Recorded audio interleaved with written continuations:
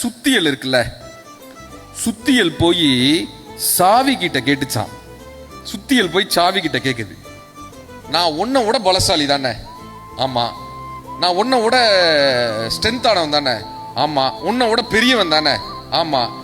ஒரு பூட்டை திறக்கிறதுக்கு நான் சாக வேண்டியதா இருக்கு, அடி அடின்னு பூட்டை திறக்கிறதுக்கு அவ்வளவு போராட வேண்டியதா இருக்கு. ஆனா நீ அப்படி போய் அப்படி பூட்டை திறந்துடுறிய, எப்படி? உன்னை விட நான் தானே பலசாலி, நான் தானே பூட்டை ஈஸியா திறக்கணும், ஆனா நீ தானே ஈஸியா திறக்கிறேன்.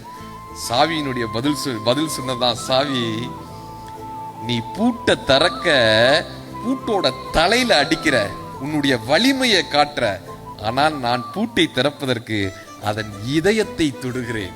இதயத்தை தொல்வதால் பூட்டு அதுவாக திறந்து கொள்கிறது.